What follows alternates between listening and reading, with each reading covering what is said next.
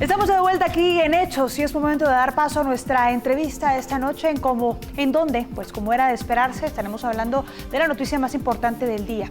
El momento en el que el presidente de la República, Jimmy Morales, nuevamente hizo referencia al caso de Iván Velásquez y de la CICIG.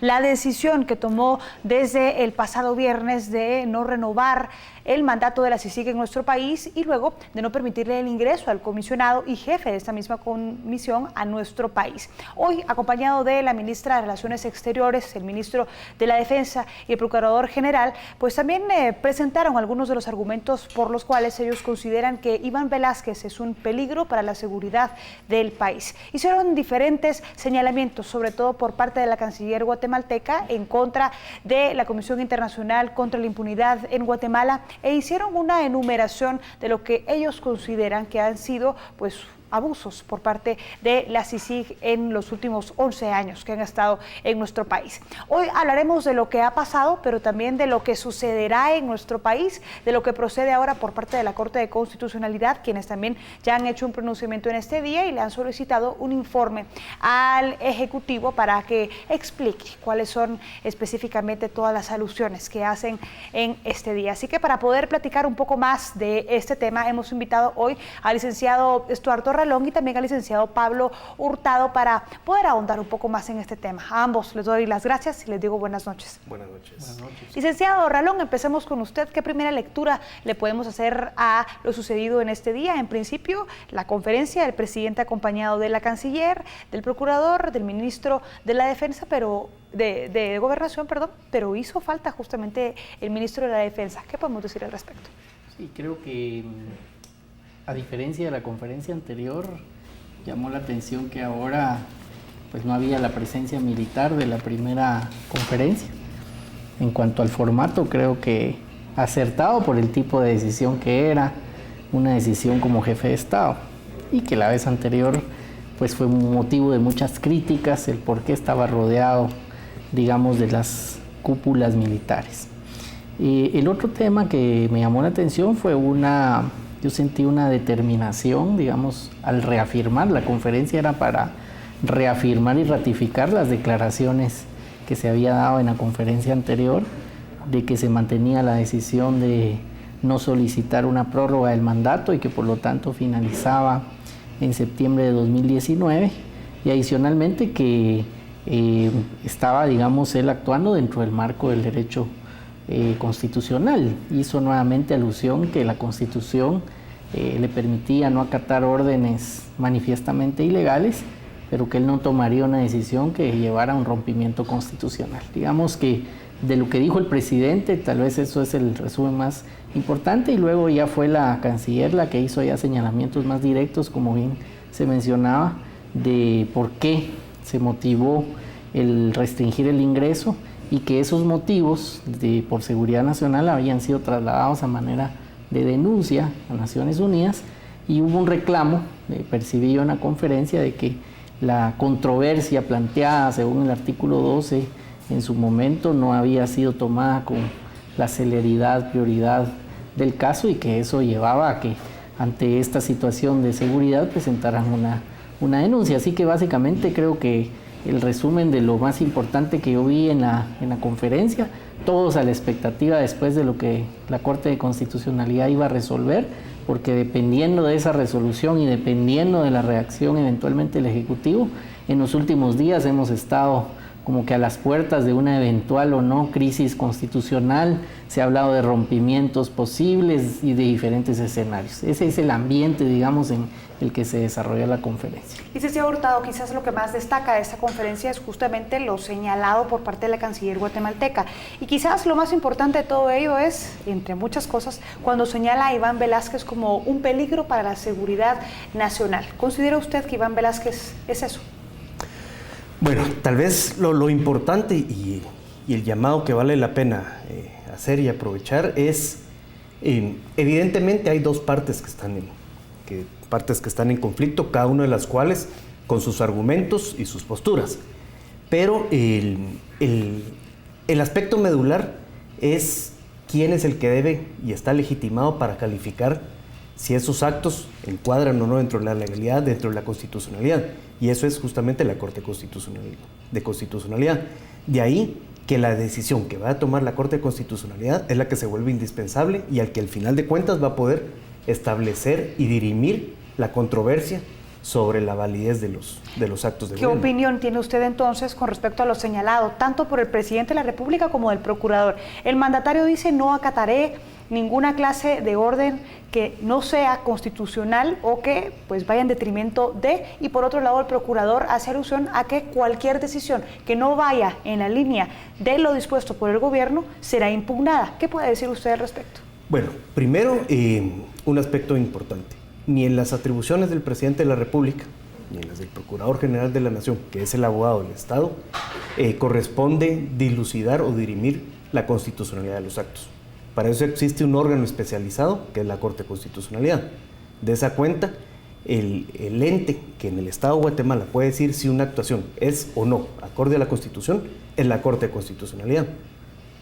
Y los fallos de la Corte de Constitucionalidad podrán ser valorados, podrán ser criticados, pero al final de cuentas deben ser respetados. En esa misma línea, regreso a la pregunta inicial, licenciado Hurtado, ¿considera o no como un peligro a Iván Velázquez para el país y su seguridad? Bueno, en lo particular, yo creo que al final de cuentas se está desempeñando una función en virtud del acuerdo suscrito entre Naciones Unidas y el Estado de Guatemala, por lo cual se hace muy difícil poder concebir cómo eso puede ser una afectación a la seguridad. Si bien el clamor y la tensión existente esperaba, ya el licenciado Ralón lo indicaba, pues una resolución hoy de la Corte al ordenar recabar más información, pues no deja de ser una medida adecuada, prudente, razonable, para poder tener mayores insumos en base a qué llegan a hacerse este tipo de afirmaciones. Hablando de afirmaciones, licenciado Ralón, otra de las declaraciones que son interesantes y bastante pues severas por parte de la canciller es cuando tildan a la CICIG de una estructura paralela, que se ha convertido en una estructura a la que justamente debía combatir según su mandato. ¿Cómo se puede percibir esta declaración con base también a todos los argumentos que ella presenta y que han formado parte de los argumentos que utilizan las personas para cuestionar muchas de las acciones de la CICIG? Sí, a mí me parece que los señalamientos fueron gravísimos, digamos, de un alto grado de complejidad y de gravedad. ¿Por qué?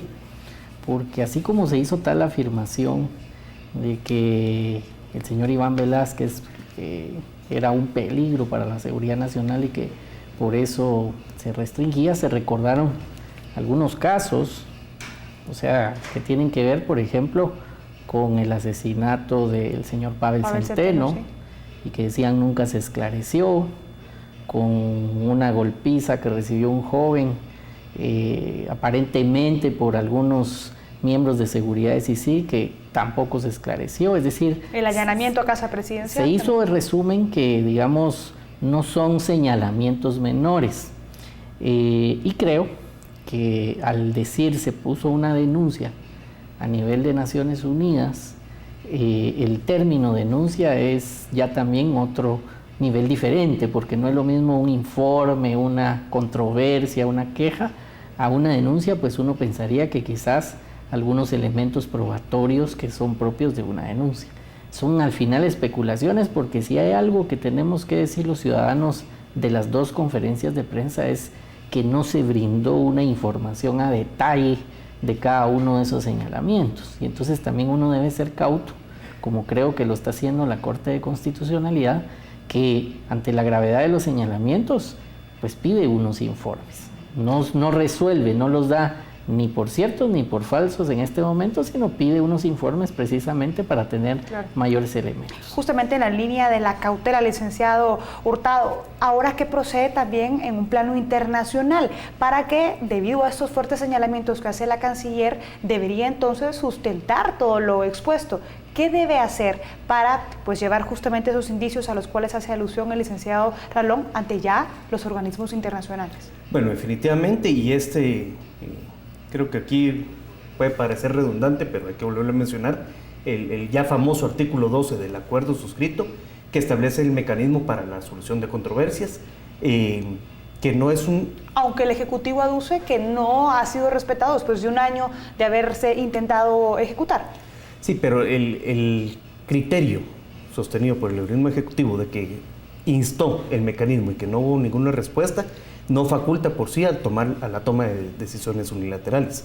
Al final de cuentas, tenemos que analizar cuál es el contexto dentro del cual se dio la propia suscripción del acuerdo, que fue a pedido del Estado de Guatemala, y el organismo, la Organización de Naciones Unidas, como el espacio dentro del cual los estados y todos los estados, en igualdad de condiciones, cada uno de ellos miembros, pues tienen la oportunidad para hacer ver y hacer valer todas las reclamaciones o inquietudes que puedan presentar. Hablemos de la diferencia en respuesta con respecto a la celeridad en lo que pasó ayer y hoy, porque ayer veíamos al mismo secretario Guterres respondiendo de manera inmediata con la medida que estaría tomando a raíz de lo señalado por el presidente, es decir, Iván Velázquez sigue al frente de la comisión, aunque sea de fuera. Hoy se ha estipulado todo esto, se ha escuchado ya lo que dijo el secretario Pompeo y todavía no hemos escuchado una declaración fuerte. ¿Qué lectura le hacemos a eso, licenciado Ralón? Yo creo que tenemos que considerar el rol que Estados Unidos juega en esta situación por varias razones. Un rol institucional de ser uno de los principales aportantes, por así decirlo, de fondos, no solo a la Comisión, sino al sistema en sí de Naciones Unidas. Nikki Haley, la embajadora de Estados Unidos ante la ONU, ha asumido la presidencia del Consejo de Seguridad Nacional en estos días, según ha circulado en las redes. Y hubo una llamada el día de hoy, confirmada, en donde el secretario de Estado le dice al presidente: respetamos la soberanía, queremos luchar contra la corrupción y queremos una CICIG renovada o reformada. Eso significa cambios y significa un mensaje que necesariamente llegó a tenerlo el señor Guterres, y creo que también no va a aventurarse a una decisión unilateral o irse en contra de la corriente, sino que creo que esa conversación es el inicio de una nueva etapa, de un nuevo proceso. ¿Esa CICIG renovada significa CICIG sin Iván Velázquez? Pues sería muy aventurado inferirlo. Al día de hoy es el comisionado, sin embargo también tenemos que tener presente que la facultad de renovarlo, como ya nos ha sucedido en 2 ocasiones, pues la tiene la propia Organización de Naciones Unidas.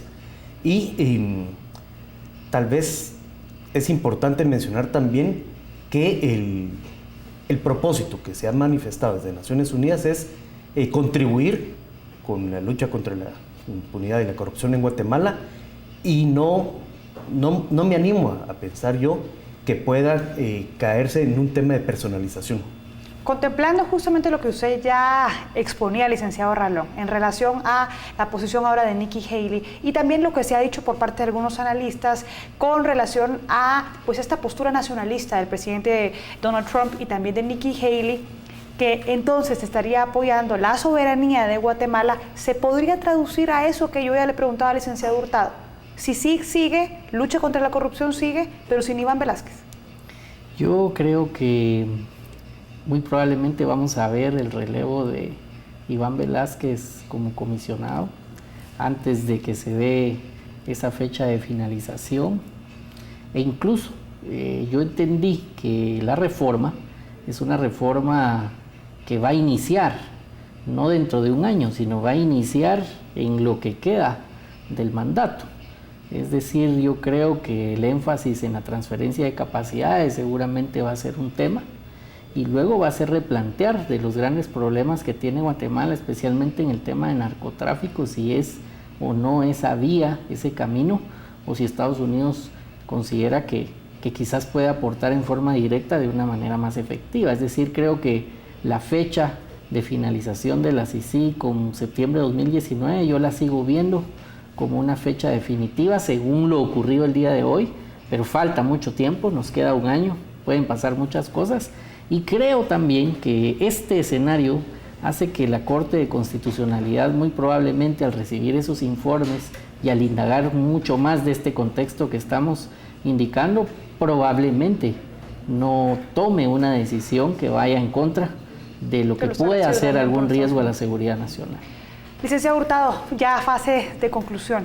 ¿Qué es lo más sano ahora para Guatemala ante este momento de polarización, ante la solicitud por parte del Ejecutivo, el pronunciamiento del gobierno de Estados Unidos, pero también el pronunciamiento de otros sectores sociales que dicen todo lo contrario? ¿Qué es lo más sano, según usted? Bueno, lo más sano es que en la forma más inmediata posible se pueda dirimir la discusión sobre la legalidad y constitucionalidad del asunto. ¿En cuánto tiempo debería ser? Pues esperaremos el plazo que fijó la Corte Constitucional, fue de 48 horas. Esperamos que con la seriedad y la gravedad del asunto, pues la decisión se tome en forma inmediata y con eso pues ya queda el ámbito de político y de relaciones internacionales para la discusión, al final de cuentas, sobre la continuidad o no del comisionado.